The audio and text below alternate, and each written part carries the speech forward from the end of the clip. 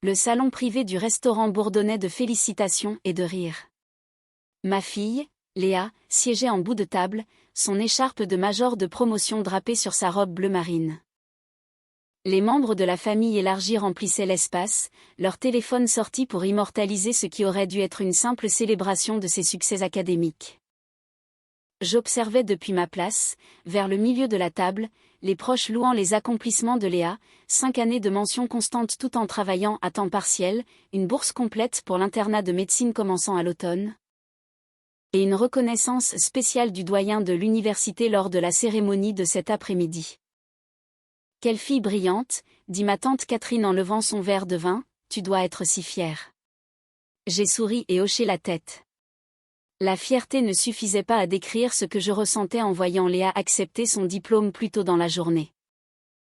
Elle avait travaillé plus dur que quiconque, jonglant entre ses cours et son emploi à la bibliothèque universitaire, sans jamais se plaindre des longues heures ou des examens éprouvants.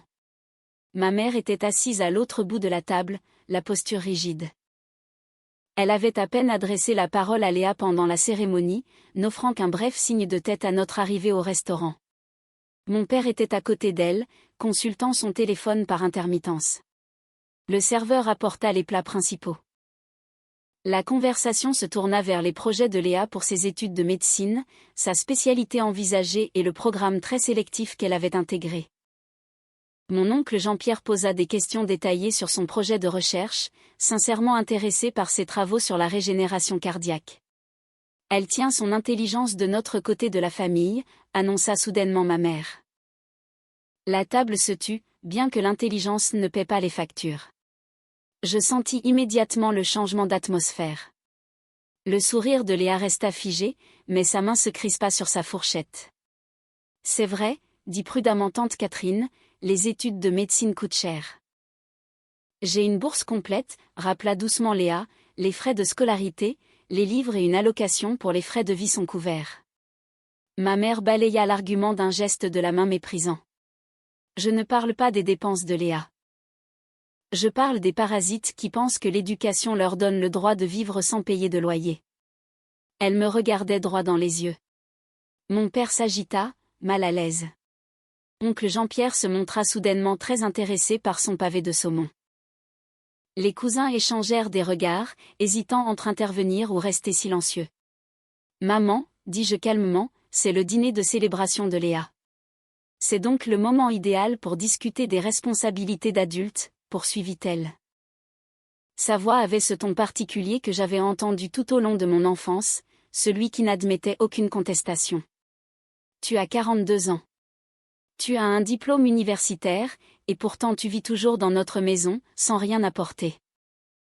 Le serveur, s'approchant avec une bouteille de vin, s'arrêta en plein élan, analysa l'ambiance et fit demi-tour. Je contribue au foyer, dis-je d'un ton égal. Les yeux de Léa rencontrèrent les miens à travers la table. Je lui fis un léger signe de tête pour lui dire de ne pas s'en mêler, ce n'était pas son combat. Faire les courses de temps en temps ne compte pas comme une contribution, dit ma mère. Ton père et moi en avons discuté. Nous avons été plus que généreux en te laissant vivre gratuitement pendant que tu élevais Léa. Mais elle est diplômée maintenant. Elle va emménager dans son logement étudiant. Il n'y a aucune raison pour que tu continues à profiter de notre générosité.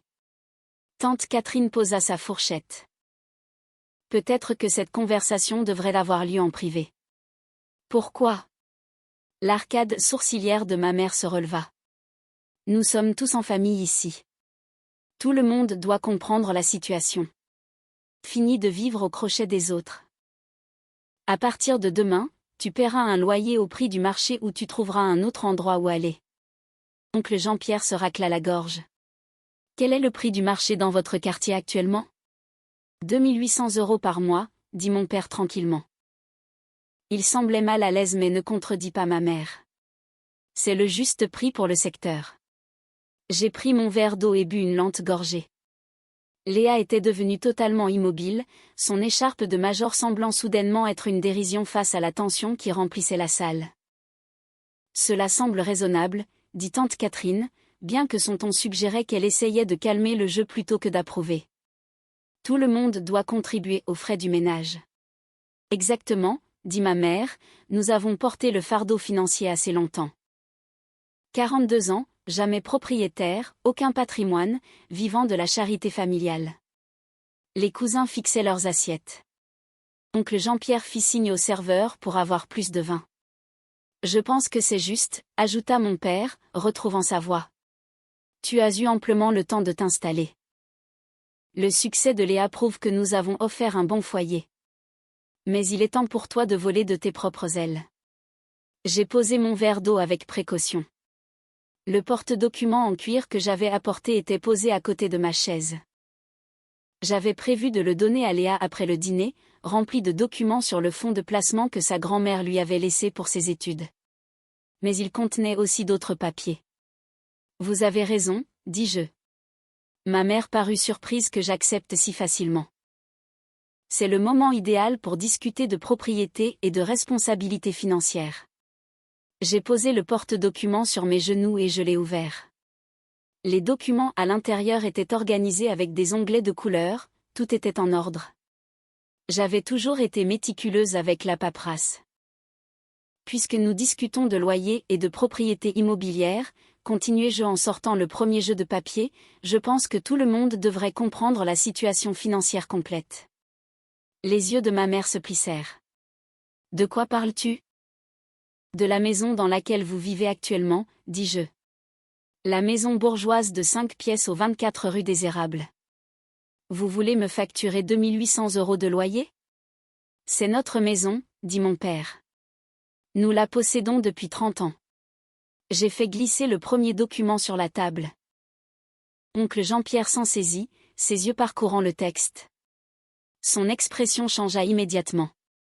C'est un acte de propriété, dit-il lentement. Daté d'il y a 15 ans. Fais-moi voir ça, exigea ma mère, lui arrachant le papier des mains. Son visage devint livide à la lecture. Qu'est-ce que ça dit ? Demanda tante Catherine. J'ai sorti un autre document. Il y a 15 ans, quand vous étiez face à une saisie immobilière, vous êtes venu me voir. Vous avez demandé de l'aide. Je venais de recevoir mon héritage de grand-mère Patricia, 240 000 €. La table était devenue totalement silencieuse. Léa regardait la scène, les yeux écarquillés. Tu as utilisé cet argent pour sauver notre maison, dit mon père. Nous t'avons remboursé. Vous avez remboursé 70 000 € sur 3 ans, rectifiai-je. Ensuite, les paiements ont cessé. Vous avez dit que les affaires marchaient mal et que vous aviez besoin de temps. J'ai dit que ce n'était pas grave. Nous étions une famille. La main de ma mère tremblait légèrement en tenant l'acte. Cela ne veut rien dire. Cela veut tout dire, intervint oncle Jean-Pierre, lisant par-dessus son épaule. Cet acte transfère la propriété. La pleine propriété. Tu ne leur as pas juste prêté de l'argent. Tu as acheté la maison. J'ai sorti d'autres documents, des relevés bancaires montrant les mensualités de crédit que je payais depuis 15 ans, des avis de taxes foncières à mon nom, des contrats d'assurance me listant comme propriétaire, chaque papier méticuleusement classé. Quand vous n'avez plus pu me rembourser, expliquai-je, nous avons convenu d'un arrangement différent. Vous m'avez transféré l'acte de propriété. En échange, vous pouviez y vivre gratuitement. L'accord était clair. Je couvrais le crédit, les taxes et l'assurance. Vous entreteniez la maison. Cela semblait être une solution équitable pour que tout le monde garde un toit. Tante Catherine se pencha pour voir les documents. Tu es propriétaire de leur maison depuis 15 ans. Le crédit sera terminé dans 3 ans, précisai-je. J'ai versé des mensualités de 1 800 €, plus environ 6 000 € de taxes foncières annuelles, plus l'assurance sur 15 ans. C'est environ 430 000 € que j'ai investi dans cette propriété. Le visage de ma mère passa du pâle au rouge vif. Tu ne l'as jamais dit à personne. Vous m'avez demandé de ne pas le faire, lui rappelai-je. Vous disiez que ce serait embarrassant si les gens savaient que vous aviez perdu la maison. J'ai respecté votre vie privée. Mon père fixait les documents étalés sur la table. Nous pensions. Nous supposions. Vous supposiez que je vivais de votre charité, terminai-je. Alors qu'en fait, je vous logeais tout en élevant ma fille et en travaillant à plein temps comme administratrice de base de données. Je travaille en télétravail, c'est pour ça que je suis toujours à la maison, pas parce que je suis au chômage ou une profiteuse, mais parce que je travaille. L'expression de Léa passa du choc à autre chose. De la fierté, peut-être, ou un sentiment de justice. Ce ne peut pas être légal, dit ma mère. Nous allons contester cela. Oncle Jean-Pierre secoua la tête. C'est tout à fait légal. Je vois les sceaux du notaire, l'enregistrement au service de la publicité foncière. Cet acte est légitime et enregistré. J'ai sorti un dernier document. Ceci vient de mon avocate. Je lui ai demandé de le préparer la semaine dernière, juste au cas où cette conversation aurait lieu. C'est une notification formelle concernant la propriété du 24 rue des Érables. Mon père le prit de ses mains tremblantes. À mesure qu'il lisait, son visage s'effondra. « Qu'est-ce que ça dit ?» exigea ma mère. « C'est un avis d'expulsion, murmura-t-il. 30 jours pour libérer les lieux. » La salle à manger explosa. Tante Catherine eut un hoquet de surprise. Quatre cousins commencèrent à parler tous en même temps. Oncle Jean-Pierre leva les mains pour réclamer le silence. « Tu ne peux pas faire ça, dit ma mère. Nous sommes ta famille. Vous venez de me demander de payer 2800 € de loyer, dis-je calmement, dans ma propre maison. Devant ma fille le jour de sa remise de diplôme, après des années à m'avoir laissé croire que vous me souteniez par générosité. Nous ne savions pas, tenta mon père. Si tu nous avais seulement dit. Je vous l'ai dit, répondis-je. Chaque année quand je déclarais mes impôts, chaque fois que l'assurance devait être renouvelée, chaque conversation sur la propriété, vous avez choisi de ne pas le reconnaître parce qu'il était plus confortable de me voir comme dépendante de vous. Léa prit enfin la parole. Grand-mère, ça fait des années que tu racontes à tout le monde que maman vit chez toi gratuitement. Je t'ai entendu à Noël, aux anniversaires, à ma remise de diplôme du lycée. Nous pensions que c'était vrai, dit faiblement tante Catherine. Vous pensiez ce qui vous arrangeait, rectifiai-je. Personne n'a posé de questions. Personne ne s'est demandé comment une administratrice de base de données avec un revenu stable et un héritage pouvait avoir besoin de charité pour se loger. Le serveur apparut prudemment avec les cartes des desserts. Oncle Jean-Pierre lui fit signe de s'en aller. Alors, qu'est-ce qui se passe maintenant ? Demanda mon père. Où sommes-nous censés aller ? J'ai rassemblé les documents dans mon porte-documents. Vous avez 30 jours pour trouver un autre logement. La propriété sera mise en vente. Vu la valeur du marché dans ce quartier, j'espère en tirer environ 600 000 € après remboursement du solde du crédit. Les mains de ma mère tremblaient. C'est une vengeance pour une simple remarque sur le loyer. C'est pour 15 ans d'irrespect, dis-je. 15 ans à être traité comme un fardeau alors que je finançais votre train de vie. 15 ans à vous regarder vous attribuer le mérite de subvenir à mes besoins et à ceux de Léa alors que je payais les factures. Nous t'avons élevé, tenta ma mère. Est-ce que ça ne compte pas ? Ça compte pour les 15 ans de logement gratuit que je vous ai déjà fournis, dis-je. Mais le respect est à double sens. Vous avez exigé un loyer au dîner de remise de diplôme de ma fille, devant toute la famille, sans aucun égard pour la réalité. Oncle Jean-Pierre se racla la gorge. Pour ce que ça vaut, je pense que tu as été plus que juste. 15 ans de logement gratuit dépassent largement toute dette d'enfance. Ne t'avise pas de prendre son parti, aboya ma mère. Je ne prends pas parti, dit-il. Je lis des documents juridiques et je fais un calcul simple. Elle paie pour vous depuis 15 ans. Elle a tout à fait le droit d'arrêter. Léa tendit la main à travers la table et serra la mienne. On peut rentrer à la maison maintenant ? J'ai hoché la tête et je me suis levée. Je pense que nous en avons fini ici. Attends, dit mon père désespérément. On peut en parler ? Trouver un arrangement.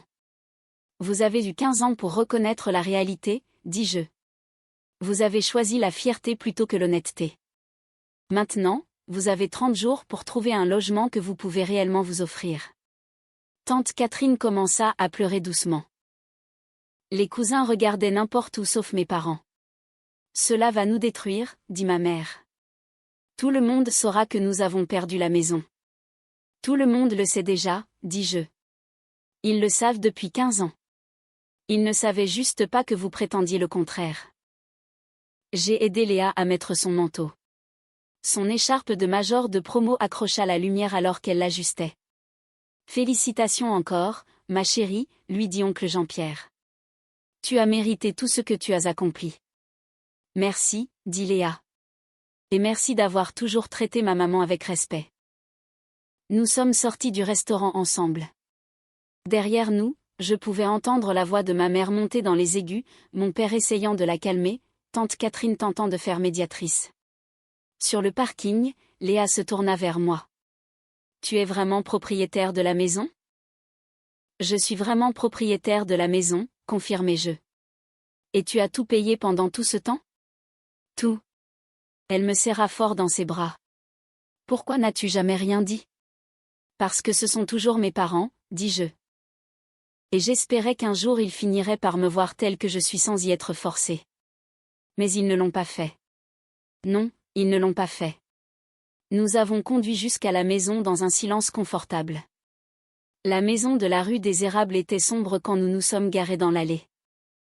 Mes parents ne rentreraient pas avant des heures, restant probablement au restaurant à se disputer avec la famille sur l'injustice de la situation. Léa monta se changer. Je m'assis dans le salon que je meublais et entretenais depuis 15 ans, regardant les photos de famille sur la cheminée, des clichés de l'enfance de Léa, des fêtes et des célébrations, le tout dans une maison que mes parents croyaient posséder. Mon téléphone vibra. Un message de l'oncle Jean-Pierre. Donne-moi les coordonnées de ton avocate. On devrait discuter d'un loyer raisonnable pour leur prochain logement. Je vais les aider à trouver quelque chose de réaliste. Je lui ai envoyé les informations. Puis j'ai rouvert le porte-document et regardé le dernier document que je n'avais montré à personne. Une offre d'une agence de gestion immobilière pour louer la maison à 4 200 € par mois une fois que mes parents seraient partis. Plus qu'assez pour couvrir le reste du crédit et commencer enfin à tirer un réel profit de mon investissement. Léa redescendit dans des vêtements confortables, son écharpe soigneusement suspendue dans son armoire à l'étage. Tu penses qu'ils vont vraiment partir ? Ils partiront, dis-je. La loi est très claire sur le droit de propriété. Tant mieux, dit-elle fermement. Tu mérites mieux que la façon dont ils t'ont traité. J'ai sorti l'autre moitié du contenu du porte-document. En parlant de ce que tu mérites, grand-mère Patricia t'a laissé un fonds de placement pour tes études de médecine. Même avec ta bourse, tu auras besoin d'argent pour tes frais de vie, ton équipement, peut-être une voiture. Ses yeux s'agrandirent quand je lui montrai le solde. 50 000 € soigneusement investis et fructifiés au fil des ans, attendant ce moment précis. Tu as pris soin de tout le monde, dit-elle doucement. C'est ce que fait une famille, dis-je. Une vraie famille, celle qui te voit clairement et te soutient honnêtement. Elle me serra à nouveau dans ses bras. Dehors, une voiture entra dans l'allée. Mes parents rentraient plus tôt que prévu. Je les regardais par la fenêtre alors qu'ils restaient assis dans leur voiture, aucun des deux ne faisant un geste pour sortir. Demain, j'appellerai mon avocate et je lancerai la procédure d'expulsion formelle. Ce soir, je célébrerai les réussites de ma fille dans la maison que j'avais travaillé 15 ans à préserver. Léa alla préparer du thé. Je restais sur le canapé, entouré d'années de souvenirs dans un foyer qui avait toujours été le mien, attendant que mes parents entrent enfin et fassent face à la vérité qu'ils évitaient depuis bien trop longtemps. La sonnette retentit. Ce n'étaient pas mes parents utilisant leur clé, mais sonnant réellement à la porte. Une petite reconnaissance, peut-être, que quelque chose de fondamental avait changé. Je suis allée ouvrir, prête pour n'importe quelle conversation à suivre, forte de la certitude que je n'avais rien fait de mal. J'avais subvenu à leurs besoins, je les avais soutenus. J'avais été patiente pendant 15 ans. Mais la patience et la charité ont des limites, surtout quand elles sont accueillies par le mépris lors du plus beau moment de ma fille. J'ai ouvert la porte. Quelle histoire poignante et révélatrice. C'est incroyable de voir à quel point l'orgueil peut aveugler les gens, même au sein d'une famille. Isabelle a fait preuve d'une patience et d'une résilience hors du commun pendant 15 ans, protégeant l'ego de ses parents au détriment de sa propre reconnaissance. La scène au restaurant est particulièrement frappante, utiliser le moment de gloire de sa petite fille pour humilier sa propre fille est d'une cruauté sans nom. On sent que la décision d'expulser ses parents n'est pas prise par méchanceté, mais par nécessité de mettre fin à un cycle de mépris et de mensonges qui dure depuis trop longtemps. C'est une belle leçon sur les limites de la générosité et l'importance de se faire respecter, surtout quand on a tout sacrifié pour les siens. Léa a de la chance d'avoir une mère aussi forte et prévoyante qui a su la protéger de cette toxicité tout en assurant son avenir financier. Qu'avez-vous pensé de la réaction de l'oncle Jean-Pierre? Pensez-vous qu'Isabelle a été trop radicale en leur donnant seulement 30 jours pour partir, ou est-ce un juste retour des choses après tant d'années d'ingratitude et d'humiliation publique? Partagez vos avis en commentaire, je suis curieux de savoir comment vous auriez réagi à sa place.